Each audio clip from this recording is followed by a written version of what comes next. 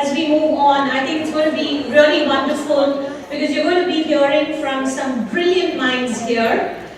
But before that, I'm going to introduce you to the moderator, Gargi Shah. Gargi's been coding her way from India to Ford's digital driver's seat for 25 years, transforming everything from EVs to e-commerce supply chain, while somehow finding time to mentor others through MCWT, AIWA, and globetrot across 35 countries. Talk about putting the motor in Motor City.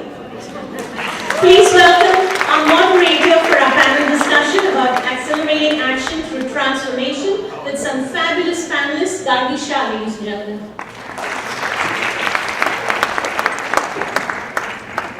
Thank you, Manu. So how's everybody doing? Inside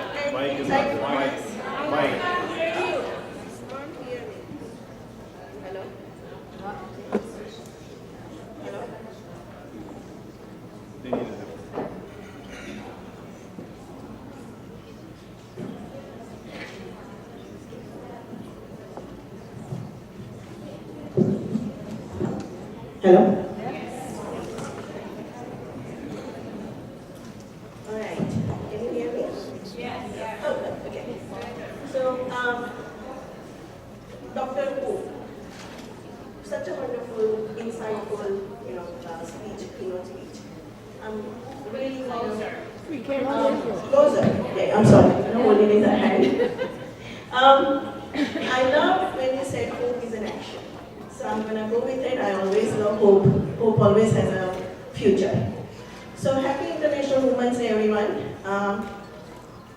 You all know that this year's theme for International Women's Day is Accelerate Action for Gender Equality. And that is the same theme for today's celebration as well as the panel discussion. I want to read a paragraph. According to International Women's Day 2025, what is Accelerate Action for Gender Equality? Focusing on the need to accelerate action emphasizes the importance of taking swift and decisive steps to achieve gender equality.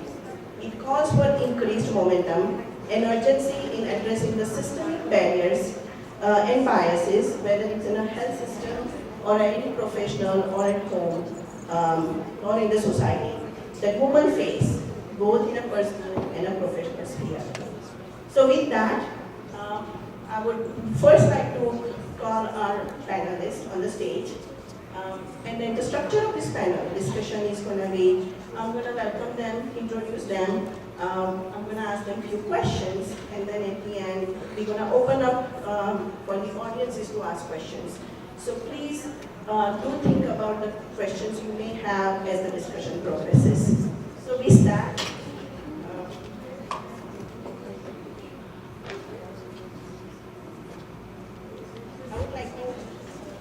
I would like to call Ritu.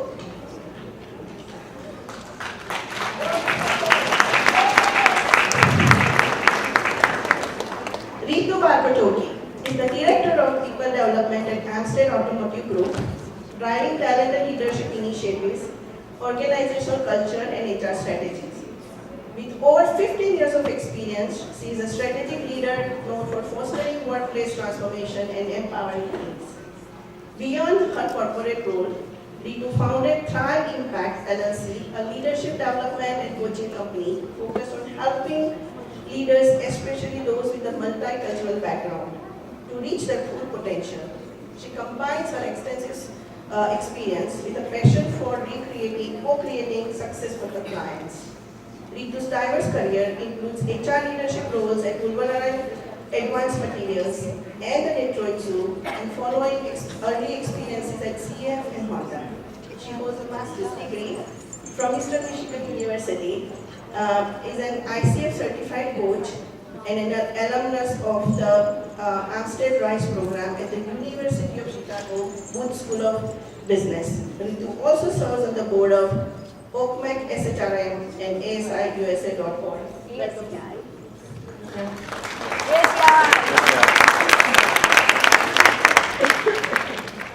Laurel Capobianco is a visionary leader with extensive experience in education, diversity, equity, and inclusion. as well as international business and non-profit organizations. She has founded and led 2 successful companies dedicated to expanding global education opportunities for K-12 students across the United States and China. As the CEO of K-12 Education Management Group, she oversees private international schools and manages a cyber charter school, delivering innovative student-centered solutions. Her work integrates comprehensive educational technology and systemic approaches to support the holistic development of every learner. Passionate about driving growth and impact, Laurel is dedicated to promoting new business opportunities, scaling best practices, and shaping the strategic direction of the organization to meet the evolving needs of students worldwide. Unfortunately, Laurel met with accident a couple of days ago, so she's not going to be able to hear. However, the good news is that she's safe and recovering well. We definitely going to miss her inside.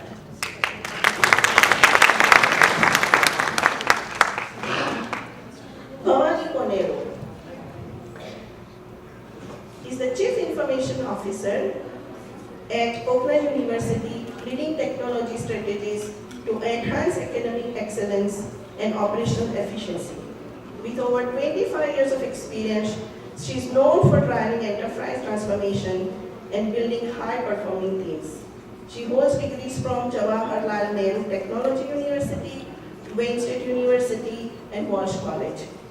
Bhavani is dedicated to mentoring future technology leaders, actively contributes to the professional and non-profit organizations.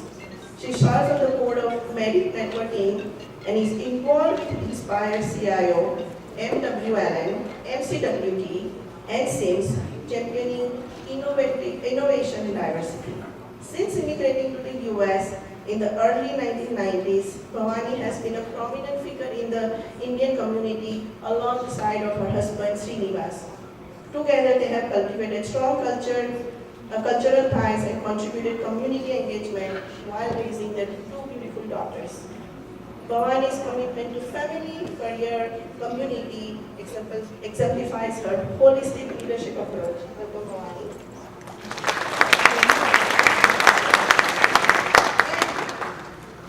And our last panelist, Dr. Mandava, Sabala Mandava, a distinguished radiologist and a leader in breast imaging, has been with HFMG since 2004.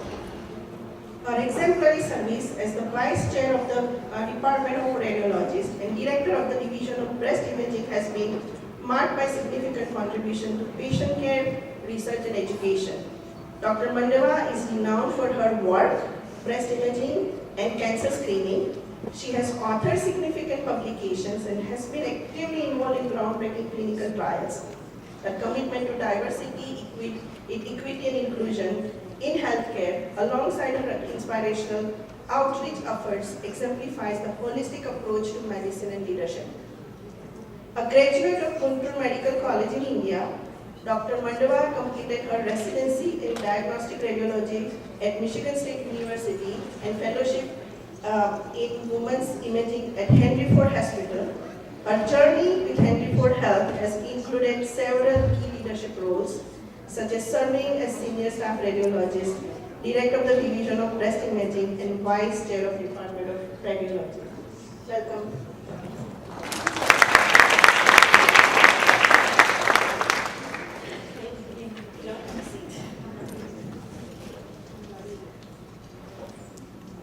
So before I jump into my questions, I want to share some quite disturbing statistics from 2024 studies from several institutions around gender equality. So no country has achieved a gender equality so far. 1 in 3 countries have made no progress since 2015 for gender equality. And in fact, the situation of women has even deteriorated in 18 countries as far as gender equality is concerned. And last, at the current rate of the progress, it will take for us 131 years to achieve a gender equality.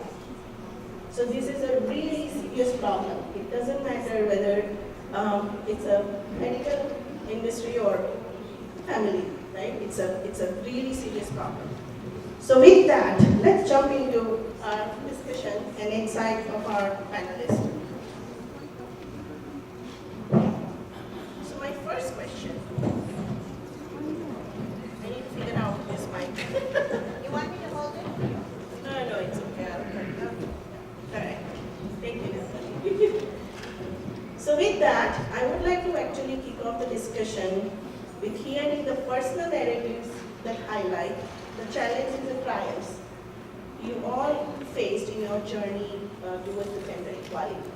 So can each of you briefly share personal experience that illustrates the importance of perseverance and resilience in overcoming gender-related obstacles? And Bhavani, I would like to start with you.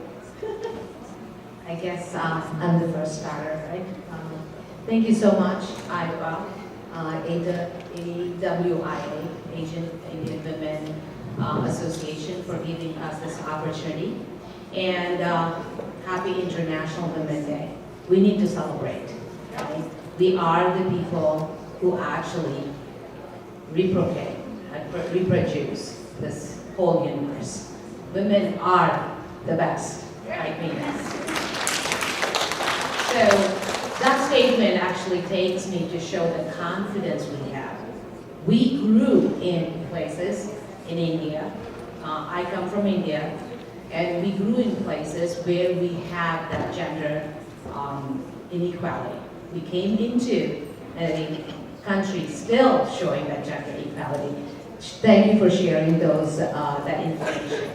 So how did I actually accomplish who I am today is through confidence. Creating that, bridging the gap between the inequality and you through education, right? So building the confidence is such an important thing.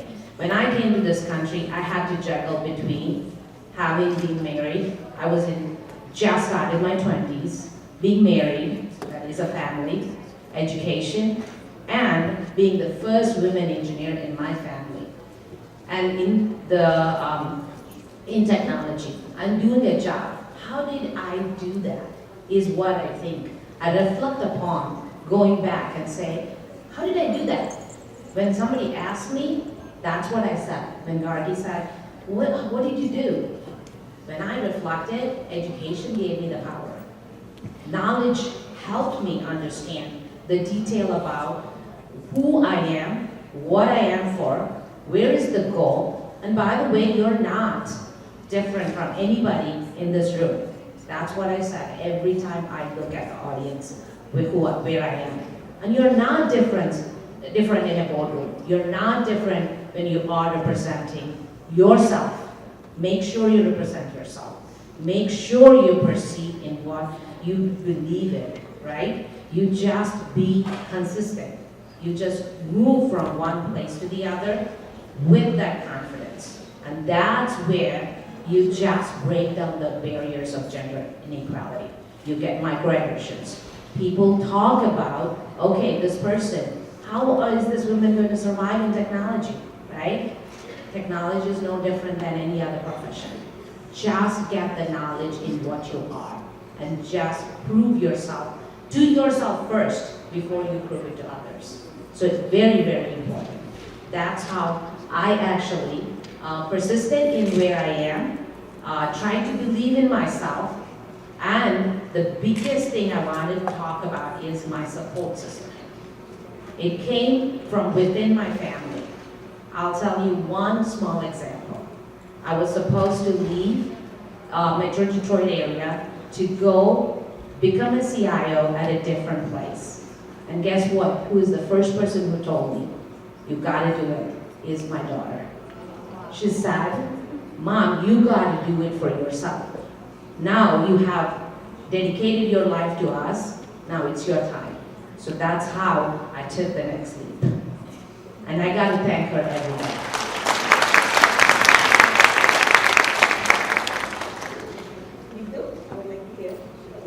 Hello. Well, first of all, thank you everyone for showing up here here today on this Saturday morning. I know everybody has priorities, family life and everything, and your commitment is admirable. Thank you for showing up and supporting this important topic that we're going to discuss today. So the question, Gargi, I have to say that throughout my career, I have encountered a subtle yet persistent obstacle where, and again, it's based on the perception of my appearance and age. Most times people tell me how young I look, and many times it's meant as a compliment. But frequently it translates into professional bias. So my colleagues and leaders have underestimated me in, with my experience, my capabilities, assuming that youth equals to inexperience. And I have to work very hard. I have to constantly prove myself, my credibility, my capabilities, to shift that bias, essentially. I have taught myself to speak up for my qualifications, my achievements, my capabilities, without feeling guilty that I'm bragging, and show up for myself, ensure that I can shift that conversation from appearance to competence.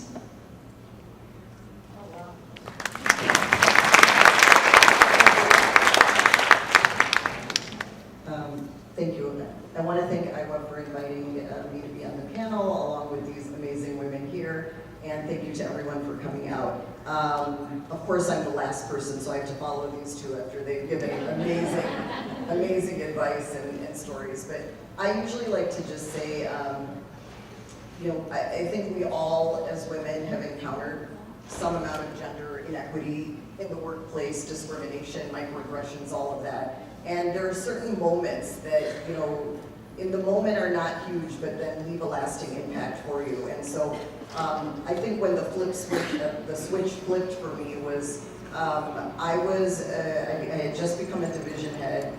I went into the reading room. There were multiple residents, there were fellows, trainees, my colleagues, and I had to have a discussion with a colleague about something in terms of workflow. And he got very upset. We were sitting and talking, and he stood up, and he's 6'2" and I don't know, 250 pounds, and kind of towered over me and started shouting and yelling, saying, you're not going to make us do this, blah, blah, blah, whatever. I just kept quiet. Everybody in the room kept quiet. Nobody said anything. They were all men. And then I got up and I walked away, and I went to my then chair and started to explain to him what had happened. And as he was listening, he interrupted me and said, do you always wear red boots when you come to work? And normally I talk a lot, so it's very uncommon that I have nothing to say, but I was just flabbergasted. And so I think in that moment I realized he was not going to be helpful. He was not here to listen to me. And so I think the switch flipped. I said, I'm not going to have this conversation anymore. I'm going to HR. And then he realized I was serious and said, oh, no, let's talk about this. And I said, no, we're not talking about this. I went to HR. I had the conversation. It ended up fine. But the point being is, oftentimes we dismiss a lot of these things because, one, we're afraid, we're in, lower positions. I'm talking to my chair, who is a white male and maybe 30 years older than me and very powerful in the field of radiology.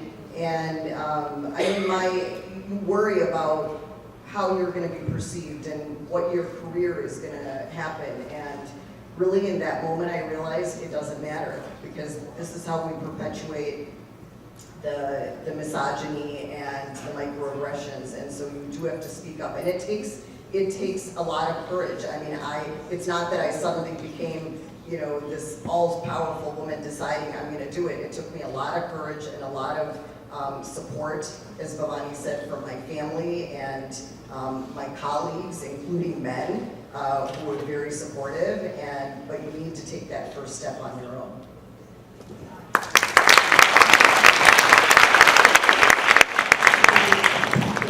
It's not working, so I'll hold it.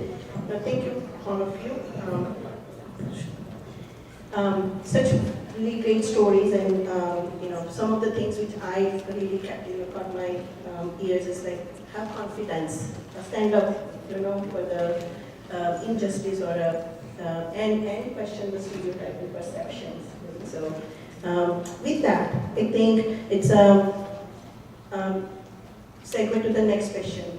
So building upon these personal experiences, let's dwell into our broader structure that perpetuates the inequality. So according to Pew Research, even though gap has been improving for the the earnings, in 2024, women still earn an average of 85% of what men earn. So we're still 50% less in the United States. Thank you.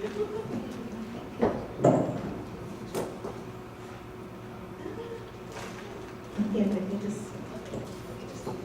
Thank you. So how can we effectively address unconscious bias? Some of the examples you shared, and system discrimination like the pay disparity, right? To create truly equitable opportunities for all women. And Ritu, I would like to start with you. What an important question. And again, as you might have heard, my bio and my background heavily lies on HR and talent. I have several years of experience working in HR. So I'm going to answer the question from an organizational perspective, especially focusing on hiring practices and what organizations can do, and us individually as well. So when we think in terms of organizational hiring practices, I have seen organizations, and we are doing much better than before, that many organizations now have structured interview processes, and they include diverse panel interviews and interviewers, and as well as structured interview questions to ensure that we are focusing on merit versus any bias. And then we have also seen organizations use organization data reviews using technology to ensure that there is audit. We are monitoring demographic data, new hire data, turnovers, to ensure that if there is any bias, any trends that we see along the way, whether it's new hire turnover and pay disparities. And then customized training for all employees, and specifically for women as well, because there are so many trainings available nowadays for women leadership and ERGs that organizations have, and most big organizations do have those options available. But as individuals, we can always look out for training and look out how we can develop ourselves through customized trainings, focusing on our development, what specifically we need to focus on as an individual, as an employee, to grow within the organization. And then, shifting it towards individual perception in terms of, as an individual, how can we enhance our own self-awareness? How can we be better than where we are today? So constantly asking ourselves what perceptions we might be having or making about this individual, or any situation that we go into, and constantly monitoring and finding ways to identify our own biases and becoming a better version of ourselves than we are today. And then training, as I mentioned, training and coaching and mentoring are also very, very important, especially for women who are young in their careers and early in their careers. We all appreciate a mentor, a sponsor. And again, organizations can offer mentorship and sponsorship programs, but we can reach out. We can use our LinkedIn contacts. We can use our social networks. We can reach out to our previous schools to identify mentors and someone who can support us. So there is strength and support in community, and most times we don't realize that, and it's something that I am a strong advocate for. And we have to do our part as well. Most times, we cannot just rely on an organization or somebody to take care of the unconscious bias. Sometimes it's us, we have to take the first step forward. And we have to understand our own biases as well. First, become a better version of ourselves, and then think about, how can we make that difference in the world.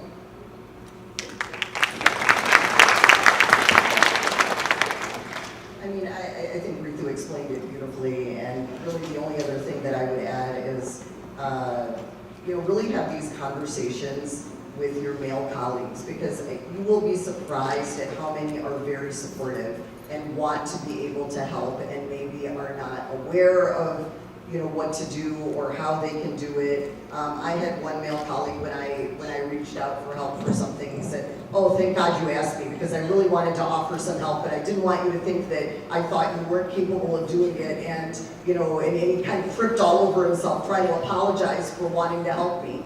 And so a lot of it, I think, is because of the way that society and culture is now, there are your male colleagues, your male superiors, supervisors, who are available to help and who do want to help and who want to be a mentor, who want to be a sponsor.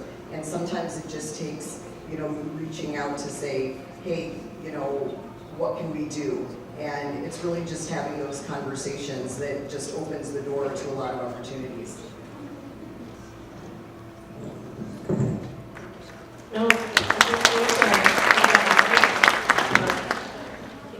have self-awareness, find the support. I also believe that, education, reforms, policy, or trainings, all those things actually going to help us come over this bias. So let's, delve into the technology, right? So in today's world, technology and the social media is extremely important and have become very powerful. They play a pivotal role shaping the societal norms, as well as they actually, afford us an opportunities. So I would like to start with, Bhavani, with you being in technology. How can we harness technology and digital platforms to further empower women and promote the gender equality? Thank you. That's a great question, Gargi. Technology is integrated into our lives every day, every industry, every facility we go into. If technology doesn't work, if this mic doesn't work, you can't hear me, right? So technology is in multiple facets. But for this topic, digital platforms, how can we enable digital platforms to provide us the information and the data required to bridge the gaps of gender equality or inequality? I gotta say, because I cannot believe I can ever say inequality, because I believe I'm equal to everybody, right? So gender inequality, how do we bridge that gap? Technology can be used in healthcare.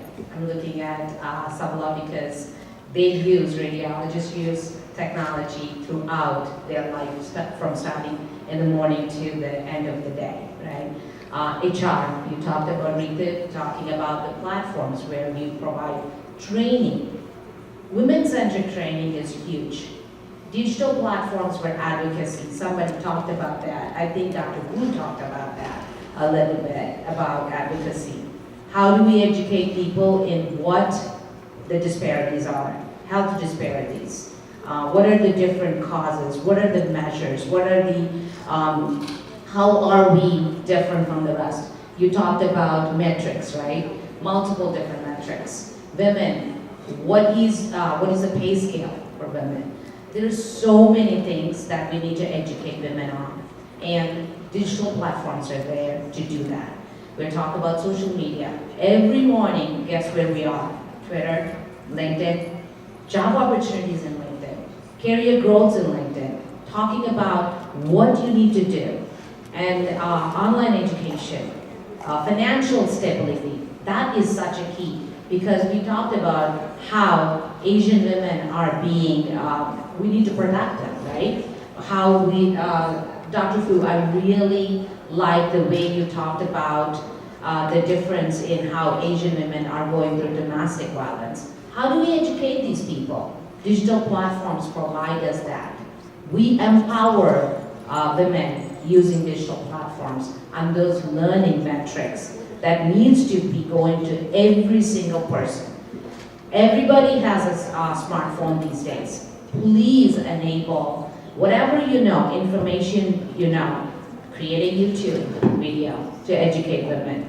Get it to your associations. I saw how many people representing their associations this morning on this platform, about 10 to 12 of you guys. Make sure every single event that you have men talk about it. Sabala, you had a great point.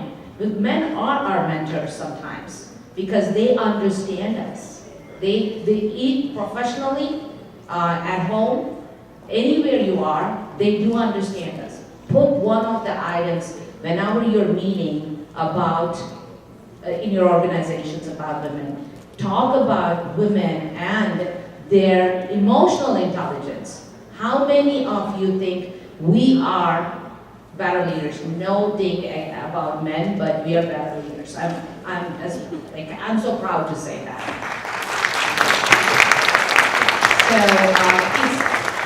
So we have to enable each other. We cannot, the support system is important. The communities are important. I'm part of, how many did you read? I don't know. So many of the boards and associations. What we do there is uplift women, uplift our girls, who, especially in technology.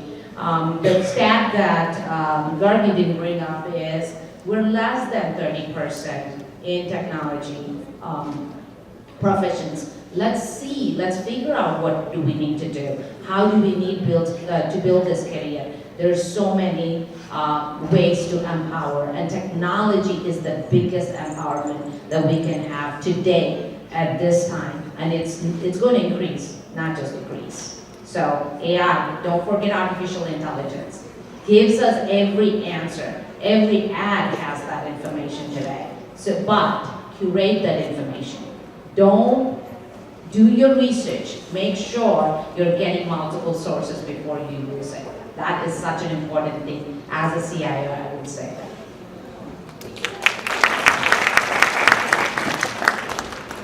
Well said, Bhavani. And just to piggyback on that, again, as I said, I'm going to kind of refer to my previous comments in terms of organizational perspective. We do use heavily, we do rely on technology heavily, and now AI is the buzzword, right? So, as an organization, we have to understand and we have to learn how AI works and use AI to our advantage versus be afraid of that or fearful of that, and creating these dashboards. So organizations, in order to again shift bias, we actually heavily rely on dashboards and metrics, and AI can actually help, and technology plays a very big role in creating those metrics, etc. And most times, AI is, or technology, we think of it as, it isolates us. Technology is made for that. But technology can bring people together as well, and as Bhavani talked about, platforms. There are platforms that we use to collaborate, and nowadays we have AI note-taking versus a person that we identify as a note-taker. Now AI can take that burden, and people can have access to the information as a whole, then versus a few people. So technology is very, very important in our daily lives and in organizations, and I think that's something that we need to learn, and we need to be okay, and we need to be accepting of it. Thank you. I love to mentor a lot of young talents, right? So, Bhavani, you said make men talk about this kind of events, right? So I want to share a very recent story. I was really mentoring this young lady, professional at Ford. And I was talking about, there's a training called Rising, right? It's a leadership training, and I was recommending her, and she looked into it. And she came back and she told me that, no, that's great. I think organizations should offer trainings for women to make them understand. And the training is mainly about how men think and how they actually approach the professional career. But her point, I was really taken aback, and I think very insightful point. She said organizations and families should train men also how women think and how women feel. So with that, I'm going to jump into the next question. So, and I talk about that, the example which I shared. Gender equality is not just for women. Women's issue, it's a societal actually imperative, and that benefits everybody. And it requires active participation from all genders. Keeping that in mind, Dr. Mandava, I would like to ask you this question. How can we better engage men and allies as active participants in advancing gender equality? And what actions and approaches can encourage their meaningful involvement and collaboration with this effort? Thanks, Gargi. First, I want to give a shout out to all the men that are here today supporting this. It is men like you that really help move this needle forward. And yes, women should empower other women, and we do that. But the reality is that, in many professions, like, but where Bhavani is, where I am, radiology, it is 80% men. And then as we start to move up the leadership ladder, the funnel becomes narrower for women. So there's 20% women radiologists. There is then, as you start to get into division heads and vice chairs, that becomes about 15%. And then when you start to get to the chair level, it's about 6%. So, you realize that you need the men who are in these positions of power to be able to mentor you, to sponsor you. And there are two different things. We talk about mentorship a lot. And mentorship is great because they, whether it's women or men, they will be supportive, they will show you opportunities, they will give you advice on, what you should do for the next steps of your career, how you should, manage your work-life balance, your family. But sponsorship is the next level, and often women don't get that. Sponsorship is when the people who have the power then open the doors for you and get you a seat at the table, tell you that, here, you can come do this lecture, you can be on this panel, you can, introduce you to the other power players in the room. And oftentimes, women don't get to that sponsorship level, and what men can do really is open those doors and be a sponsor for women. And then the other aspect of it is, in reality, we talk about women can have everything, you can have your work, you can have your family, but what is the real reality? I mean, you're essentially asking women to do 2 full-time jobs. And while those of us who are fortunate, we have supportive spouses, supportive family, maybe a good network, even with all of that, a lot of the mental load, the home things fall on women. And so how do we in the workplace help to kind of navigate that? And I will tell you, in healthcare, we tell people all the time, we tell our patients, you have to take care of yourself, you have to go on maternity leave, you should do everything, wellness, all of that. And yet we are probably one of the most backward in terms of what we provide for our healthcare employees. We are, I will say, I'm very proud. I was on the HR committee for our health system. This year, finally, we came up with a maternity leave policy for the entire health system of 50,000 people, including men, so maternity and paternity leave.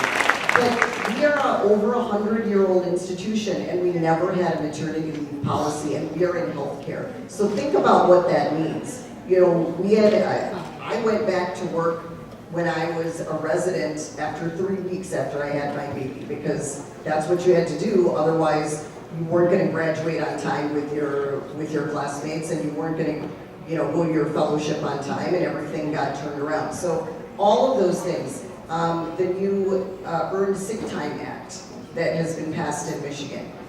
Yes, it is, I understand from employers' view, yes, it is hard, but women need time to be able to take their child who is sick to the doctor or be at home to take care of them.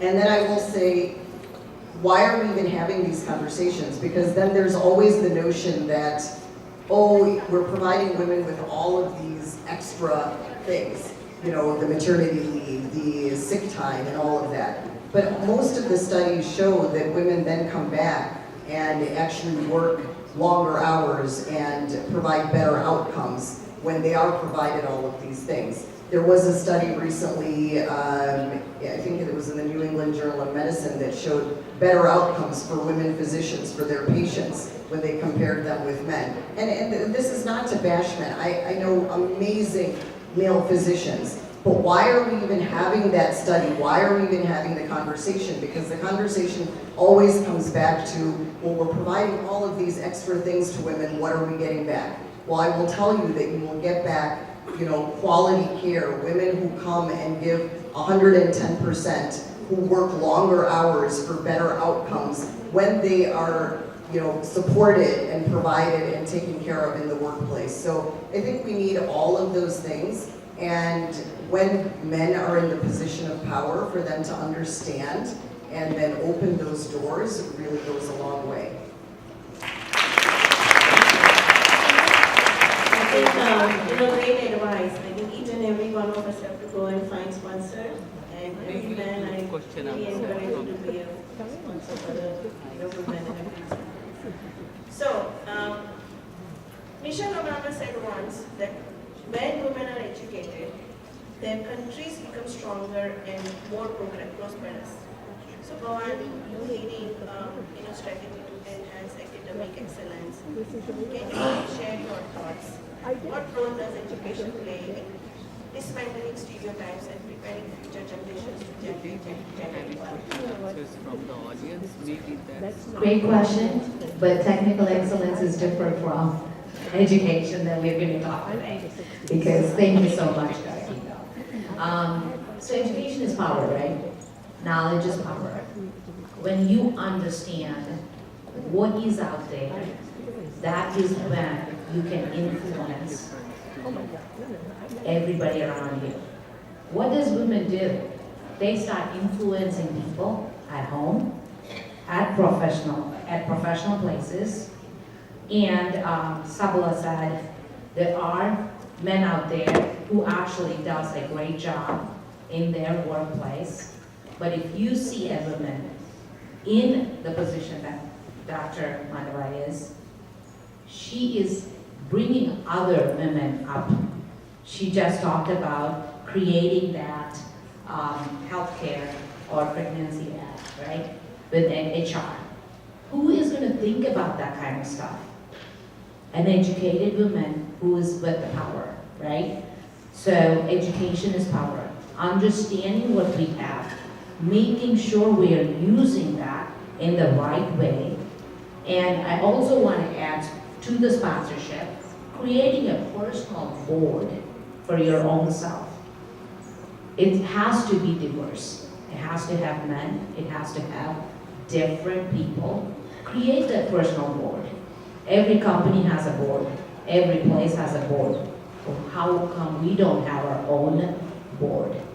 Creating that personal board is very important. So how does this all relate to education? Education is nothing but providing the knowledge, either digital platforms, training, who you're giving, doesn't matter. Making sure you provide that information across whoever you come along with. That is such an important thing.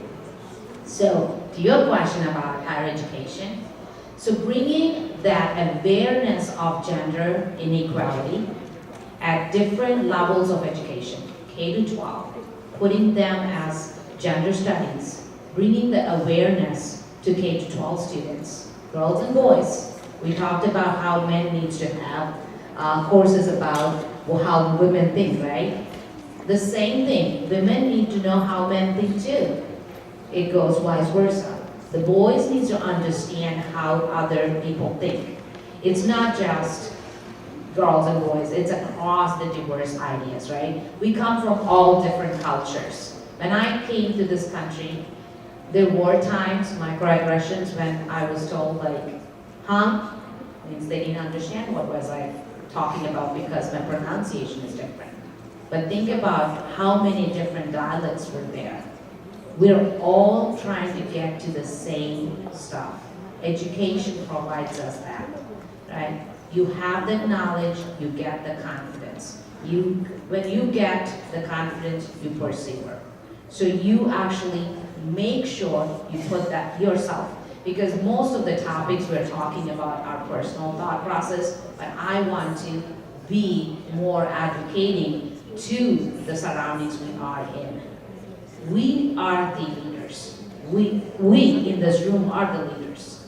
Women, men, whoever it is. But understanding the two separate thought process, different thought process, not just two separate, but cultural differences, it could be gender differences, it could be any disparities that are out there. Higher education actually provides micro-credentials, technology platforms to do training. If you want to know how to start a new business, they do provide you some micro-credentialing on that. They do provide project management, leadership training. There is a lot of training out there that is both online platforms and in person. Take advantage of that. There is no limits of how much knowledge we can acquire. This is something that I still remember to today, is when I didn't want to go to school, my mom said, women are treated differently because they didn't go to school. You are going to school, no matter what. I guess what? I listened to her because I was scared, not because I understood what she was saying. So I did. Now I look back and say, there's no looking back. It's only looking forward, right? So now I appreciate what they told me in early on stages. I really love it. I would say education is power, knowledge is power. It's a useful tool to move us forward, and that's what we need to understand. There's so many courses, there's so much stuff that higher education is providing, universities and colleges, community colleges, schools. Use those. And I have seen, my kids went to Laurel High School.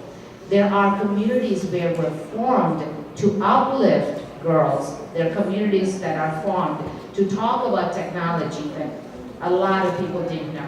I just read a story in LinkedIn. There was this woman who was in an AP computer science class. She's the only Asian woman in the class. And she was the only woman in the class. And she said, what am I doing here? Did she back off? No, she went through. And that is what we need to understand, and we need to plow into what we need to do.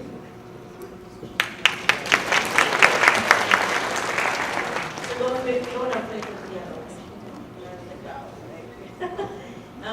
think all of you touched upon, that achieving gender equality goes to the workplace, right? So let's address the intersection of professional aspiration and personal communication. I would like to start with you, Dr. Mandava. How can we better balance work and family responsibilities to promote fairness and empowerment women to achieve their personal and professional goals? Thanks, Gargi. I think I alluded to it before that, this notion that, I really hate the notion that women can have it all, because I think that just sets women up to fail. Because you're basically telling women, you can go, you can work and be a superstar at work, you can be a superstar at home, you can be a great wife and mother, and then what ends up happening is, you always feel like you're not measuring up, because there are only 24 hours in a day, there's only so much effort, but you're being told you can have it all and you're this amazing superwoman, and so you look around and you think, well, oh my God, everybody else is able to do it, and somehow I can't measure up, and then that's just this self-fulfilling prophecy. So how I look at it is, no, you really cannot. I mean, you can give a lot to your work, you can give a lot to your home, you have to have supportive environment. If you're lucky, you have a supportive family, supportive work colleagues. But beyond that, I think at work, we have to dispel this notion that you have to start climbing the career ladder like from day one. And that if you're not all in on day one and continue to do that, or if you take a break to, for a couple of years to have children and raise your children, or take a break for anything else, that somehow now you've just lost any opportunity to move up in leadership. And I think that is one of the huge problems, is that, it's okay to take a break. It's okay to maybe not keep moving up the corporate ladder or the healthcare ladder or whatever it is, because you're doing something else with your family, or you're doing something else that you want to do. I was fortunate to be able to do that, but I was also fortunate and was very lucky to have mentors and sponsors who understood that and who said, that's okay. I worked as a radiologist for several years, didn't take on any leadership roles, and said, I just don't have the bandwidth because these are my, I need to take care of my kids. And they understood that and said, that's fine. And then as soon as I was ready to come back and help me move on up, and I was still the same person, still competent, still able to do everything, but in many places, that would have been the end of my leadership journey if I had said that, and they would have been like, well, she's not really committed. So I think that is one of the things that we all can do, is make that normal, that it's okay to take care of yourself, take care of your family, and then you can still be on this leadership journey that you want. Thank you. Can you repeat the question? How can we better balance work and family responsibility to promote fairness and empower women to achieve their personal and professional goals? Absolutely. In my opinion, I think it's very important to have family support and spousal support and communication, regular communication. So without it, I think it's very, very difficult to find work-life balance. And it's not only for women. I think it's a partnership. If you live in a household where you have family members, I think it's a partnership. It's a division of labor where everybody has a role to play, and it doesn't fall on just one person. And I can share a personal story. A few years back, when my daughter was born, being a first-time mom, I wanted to do everything by myself. I wanted everything to be perfect. And that put so much pressure on me because, obviously I was healing from the childbirth process. And on top of that, all the emotional turmoil that we all go through, that's no news. And on top of that, I just wanted to make everything perfect, do everything on my own. And that was very, very hard. And at that time, my husband actually stepped in, and he just, we had a heart-to-heart conversation, and he just asked me, you have to trust me with our child. You have to let me contribute. You have to let go and be okay with imperfections. And that conversation did something to me, and I thought, yes, why am I holding on to something? Why am I holding on to, being perfect, where I have the support, I have my husband who is willing to contribute, and I'm not taking that help. So that conversation helped me a lot, and from then on, we have been equal partners. It's always 50-50, and I feel like sometimes he does more. It's more like 70-30, because I do travel for work, and he takes care of my daughter, and they are very supportive. They're actually here with me today. And it's something that I strongly believe in. You have to have a supportive family, supportive partner, to find that work-life balance as a family, not only a woman, but as a family.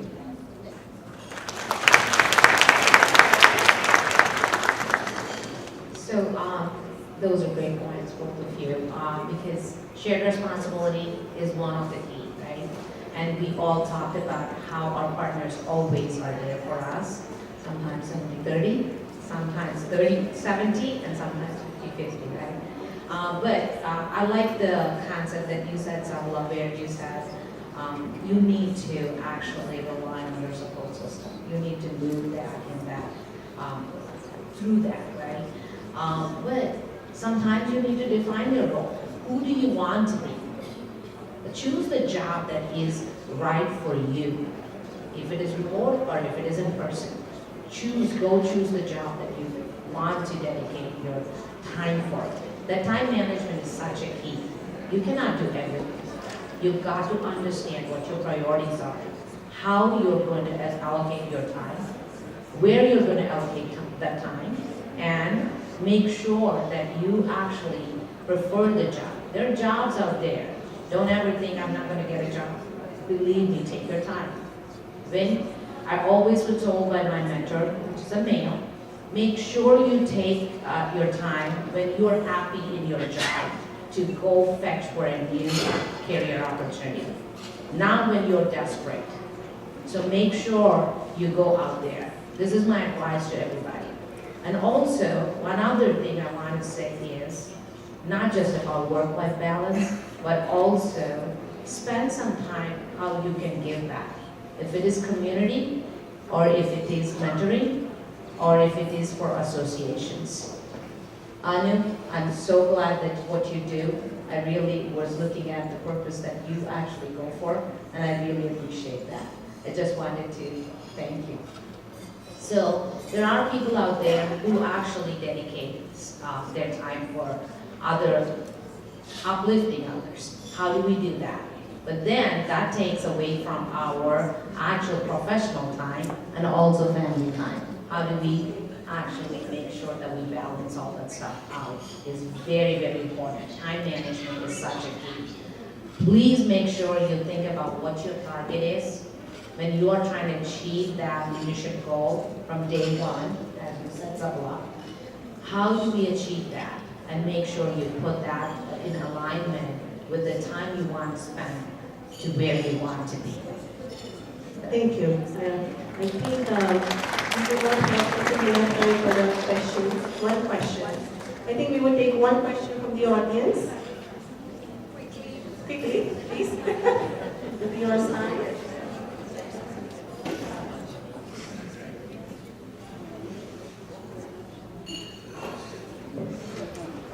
First of all, excellent panel discussions. We really enjoyed it. My question, and everyone can take this question, is not for any particular panelist. My question is the latest development that is happening. There is backlash on DNI, and a lot of organizations are standing up against it. So DNI, and the reason for the backlash is it is assumed that the identity is taking precedence over the merit, and we are promoting woke ideologies. So I would like to understand from the panelists, if anyone can take this, what are your thoughts on that? Do you really think DNI in your organization is truly working? And if it is not working, why it's not working? And if it is working, why it is working? So I would like to understand from your organization's point of view and your personal views as well. Thank you. I'll just chime in and you all can chime in after. In our health system, I mean, we were doing this long before DEI became, a catchphrase. And I think what you said, the presumption that when you increase diversity, whether it's gender, race, whatever it is, that you are now bringing up people who are less qualified. And, that base presumption is the presumption that has to go away.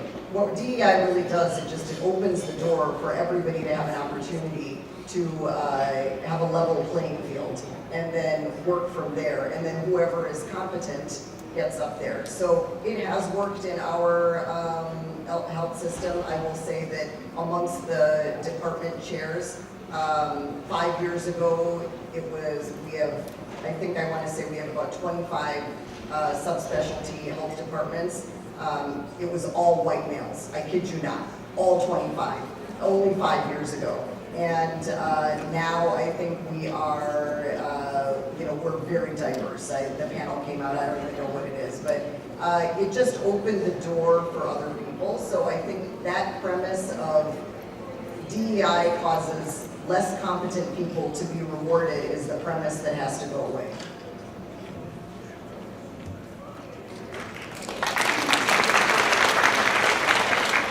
I would just echo the comments from Sabala.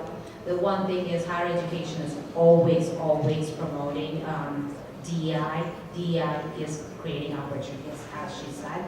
Definitely, we are increasing the number of different diverse groups across. Higher education is no different, and also women in technology or other people in technology is very, very important.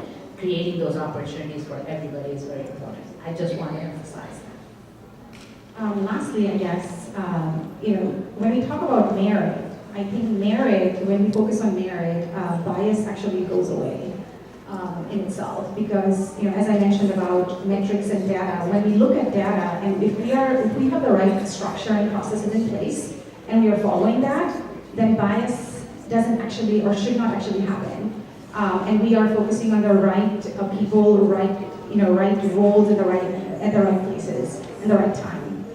So from our organization perspective, we are not thinking about taking DEI out of the organization, but it's more kind of ingrained. So our approach always had been that DEI is not a standalone department in the organization. DEI is incorporated, ingrained in every function, everything that we do.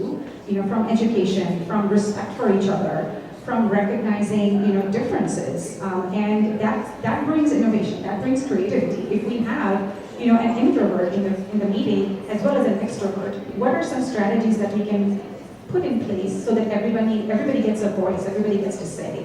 I think we focus on, DEI more as more holistically versus, focusing on like one separate function that we need to take care of. Thank you. Okay, I want to thank all of you for time from your busy schedules and share your insights. Please give a big round of applause to our wonderful panelists. I also would like to thank each and every one of you for your participation and in this panel discussion. I would like to close it out with the one very beautiful quote from actor director Justin Bhavani, who is known for his advocacy for gender equality. I always thought humanity has two wings, the male and the female. And these wings need to be equivalent in strength in order to fly. So let's all be the advocates for gender equality. Thank you so much. Thank you, ladies. I'd like you to still be on stage. One more big applause. I told you to have an extra muffin. Come on, one more big applause for the lovely women here, fabulous women. Thank you so much to Gargi, Shah, our moderator. Ritu, Barkotoky, thank you so much. Bhavani, Koneru, and Dr. Sabala, Mandava, thank you so much for your time today.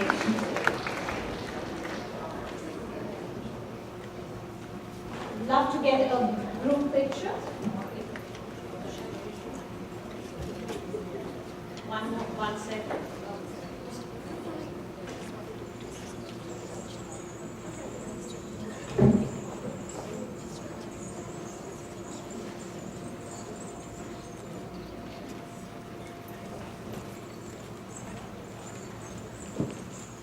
Our very own Lisa Gray in action.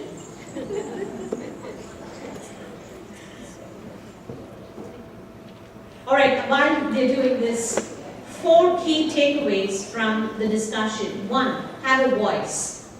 Voice. All right? When you say something, say it loud and clear. 2, build a wonderful network. Your community network, your support network. Make sure that people whom you trust and genuinely trust. 3, cross-gender allies, right? So we have men who are always supporting. See these wonderful men who are here. I mean, seek support. There are always people there from the other gender who are willing to support you. And 4, self-care. Do not forget to not take care of yourselves, because that is innate to your power within. All right, ladies and gentlemen, thank you so much.